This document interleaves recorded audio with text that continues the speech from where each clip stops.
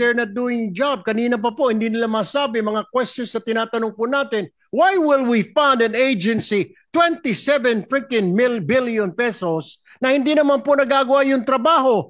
Ginagawa nilang gatasan itong ahensya na ito. Ever since, Mr. President. Why? Ano na po ang status ng ina-apply na mining license ng isang Joseph C. na Chinese national na nakakulong po ngayon sa Brooks Point, Palawan? Ano na po? Binigyan niyo na po ba siya ng permit para mag-operate? Gayong hindi po siya Filipino national na patunayan, Mr. President, nasa kulungan ito ngayon, Mr. President.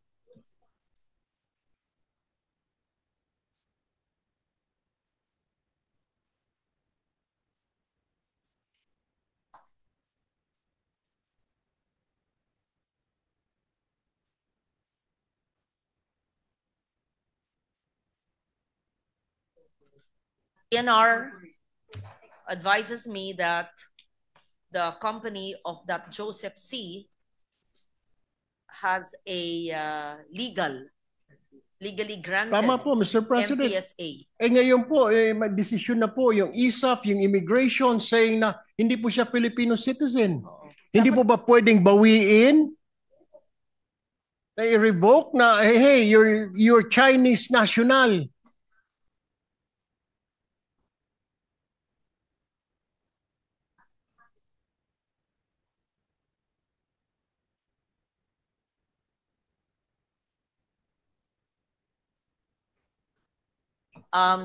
Maliwanag po, 'di ba, sa mga balita na kaya nakakulong nga siya, nag-misrepresent, hindi naman siya Pilipino. Tama ba ho? Exactly, Mr. At President. sinasabi ko sa MGB na dapat na-revoke na yung permit dahil may misrepresentation. Tama ba ho? Tama, Mr. President. Sabi po sa akin, wala pa po silang abiso mula sa Bureau of Immigration. Mr. Gusto nyo, isuspend natin tong hanggang gawin nila yung aksyon. Exactly, Mr. President. That is my point, Mr. President, because they're not doing job. Kanina pa po, hindi nila masabi mga questions na tinatanong po natin. Why will we fund an agency 27 freaking billion pesos na hindi naman po nagagawa yung trabaho? Ginagawa nilang gatasan itong ahensya na ito. Ever since, Mr. President. Why? Mr. President, hindi ko kayang pagtanggol at sagutin po yan. Dahil sana ako na lang yung nagtatanong at mahirap po talagang i-defend. I have no answers. I will not invent answers. I am even more frustrated than you. Well, anyway, Mr. President, ito na lamang po last two questions because I know there are other senators who would like to ask questions po. Kasi nga, itong DNR na ito, Department of Environment and Natural Resources, dapat nakahiwalay. Yung protection, yung environment, kailangan yan sinusukat ang forest limits. Kailangan yan pinoproteksyahan ang forest. Kailangan alam niya yung hindi forest pero pati marine ecosystems ay proprotektahan. Pero yung pagkagawa ng ahensya, natural resources, kasama po pag-exploit naman ng natural resources. Kaya may Mines and Geosciences Bureau. Ang mandato naman ng MGB ay kumalkal ng mga bundok para ibigay sa Pilipino at may dayuhan ng mga partner para kalbuhin ang kabundukan para magpayaman yung mga korporasyon o sige na kinukuha ang ating likas yaman. Paano? So it's really anong tawag mo doon? Parang hindi tugma na yung ahensyang nagpo-protect. It's bantay sa lakay, Mr. President. The agency that must protect our ecosystems against destruction and death and loss of lives is the same agency that is supposed to exploit our natural resources. What do we do? At the same time, with all due respect to the women and men of the DNR all these decades, I don't think hindi ko dinalahat, are able to fulfill their mandated duty. I express the same frustration, Mr. President. Thank you, Mr. President. I have the last two questions. If the lady from Antique would still answer. Ito po, medyo may urgency po ito. Talk about Sierra Madre. Sierra Madre, ika nga, may mga nagsasabing protektahan tayo sa bagyo, may nagsabing no, pinahina lang ang hangin. Just the same, Mr. President, nagsulputan po ang mga resort at subdivision sa paanan ng Sierra Madre sa Rizal. Hindi na ho tayo lalayo. May mga kasama tayo na namamasyal ho dyan. Hindi na po siya pinapapasok. Dati po, pwede pa ho silang umakyat yan, maglakad. Ngayon po, may mga bakod na para po yung timberland dun sa Doña Remedios Trinidad, bawal suddenly pasok, public land po ito. Pero ngayon po, may mga swimming pool, may mga subdivision pa, Mr. President.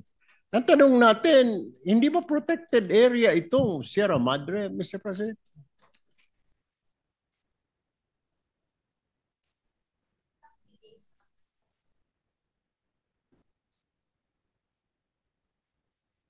Napakahaba ng Sierra Madre. At bilang author po ng INIPAS, sa aking tala po, ang total protected areas, yung legislated po na isabatas natin, 11 pa lang sa Sierra Madre. Pero yung proclaimed, 2. Hindi naman ibig sabihin na hindi pa naisabatas, na proklama na po. So kailangan proteksyonan. Tapos yung mga may initial component, 16. Ibig sabihin, sa proseso po sila ng pagsusuri. So total po, 29. Hindi naman ibig sabihin na hindi pa naisabatas ng Kongreso ay hindi protektuhan. Dahil may iba naman mga patakaran, alam naman nila na ito'y siyang nagpaprotekta mula sa norte hanggang sa Metro Manila, ay kailangan po ito'y hindi kinakalbo sa illegal logging pati na sa pagmimina. Pero marami pong mining operation sa Sierra Madre. Ito po, Atlantic Mines and Trading, sa DRT, sa Bulacan, iron ore, white clay, may Atlantic Mines. Bakit iba-iba to? May Neutron Construction, sa Bulacan, Silica, Omni Mines, sa San Luis at Aurora, Copper and Gold, Industries Development, sa Kasiguran, Aurora, Dimension Stone, and or Asia Mining, Kamachin DRT in Bulacan, DRT in Bulacan, iron ore. So meron po sila, lahat ba ito? Legal mining. Yes. So they granted permits to this mining companies. Actually, Madam President, kulang pa ho yan. Kulang pa nga ito. Kasi may mga illegal po dyan. You know what happened, Mr. President? Nakakita po ng gray area dahil ay diniklarang natin na protected area, yung Isabela area. Pero what happens dito po sa pababa na going to Quezon, open po yan, vulnerable. Bakit hindi yung buong? Hindi po, yung Isabela lang po ang protected area. So, ang sagot po sa atin ng mga mining companies na yan, wala naman kami sa protected area, Senador. So, we can mine as long as we want. Binigyan po kami ng permit. Tanungin mo ang DNR, sorry sir, kasi hindi sila pasok sa protected area.